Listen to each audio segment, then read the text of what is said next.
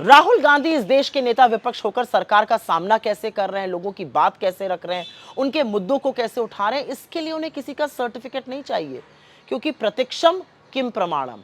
लेकिन राहुल गांधी को भला बुरा कहना, उनके ऊपर तीखी टिप्पणी करना, अनर्गल आरोप लगाना जितना बीजेपी का पसंदीदा काम है, उतना ही कुछ लिबरल्स का भी है।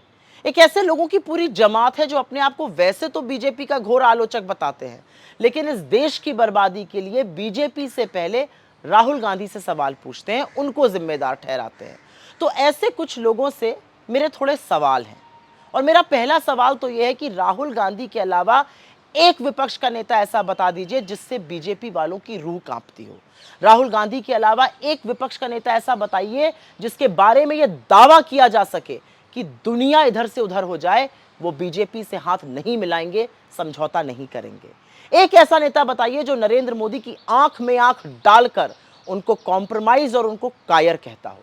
एक ऐसा नेता बताइए जो बिना लाग लपेट के मोदी और अडानी के रिश्तों की जो कलई है वो भरी संसद में खोलता हो।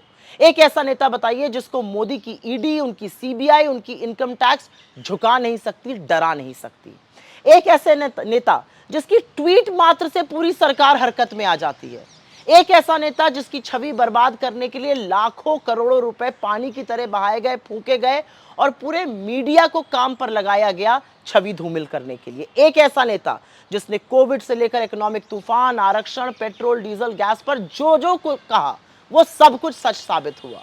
एक ऐसा नेता जिसको गलत सिद्ध करने के लिए पूरी बीजेपी, सारे मंत्री, सारे सांसद, प्रधानमंत्री तक को जुटकर झूठ बोलना पड़ता है। एक ऐसा नेता जिसने नफरत से झुलसते हुए इस देश में मोहब्बत की बात करी। एक ऐसा नेता जिसने कन्याकुमारी से कश्मीर पैदल नाप दिया जिससे कि यह देश, ये वतन जुड़ा रहे। एक ऐसा नेता जिसने अजनबियों को गले लगाया, लोगों के आंसू पोंछे, उन्हें विश्वास दिलाया कि वो उनकी आवाज है, उनकी उम्मीद है, उनका बंदा है, उनका रहनुमा है। एक ऐसा नेता जिसने संविधान हाथ में उठाकर अहंकारी सत्ता की नकेल कस दी, इस देश को याद दिलाया कि हम सब बराबर हैं और संविधान से बड़ी हमारी दूसरी कोई और ताकत, कोई और धर्म नहीं है। एक ऐसा नेता जो किसानों से, मोटर मैकेनिक से, सफाई कर्मचारी से, छात्रों से, युवाओं से, महिलाओं से, मजदूरों से, ऑटो चालक से दिल खोलकर मिलता है, उनकी परेशानियां सुनता है, उनके मुद्दे उठाता है। एक ऐसा नेता जो अपनी सरकार रहने के दौरान भी महाराष्ट्र के यवतमाल में एक गरीब किसान विधवा कलावती के घर पहुंचकर उसकी समस्या सुनता है, जो भट्टा परसौल पहुंचकर अपने हक की लड़ाई लड़ रहे किसानों की आवाज को और बुलंद करता है। एक ऐसा नेता जिसकी पहल से भूमि अधिग्रहण कानून बना, किसानों को उनकी जमीन का चौगुना मुआवजा मिला। एक ऐसा नेता जो अपनी सरकार के कार्यकाल में ओडिशा के कालाहांडी पहुंचता है, उन आदिवासियों के साथ खड़ा हो जाता है जो वेदांता माइनिंग प्रोजेक्ट के खिलाफ आंदोलन कर रहे थे।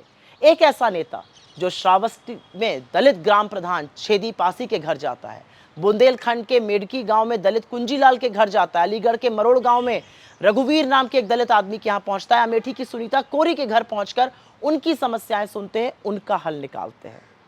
तो असलियत यह है कि तमाम हमले, तमाम धमकियां, तमाम दुष्प्रचार के बावजूद भी अगर कोई एक अकेला आदमी बिना डरे, बिना समझौता किए अडिग होकर इस सरकार से लड़ रहा है तो वो राहुल गांधी हैं, और उन्हें किसी का सर्टिफिकेट नहीं चाहिए।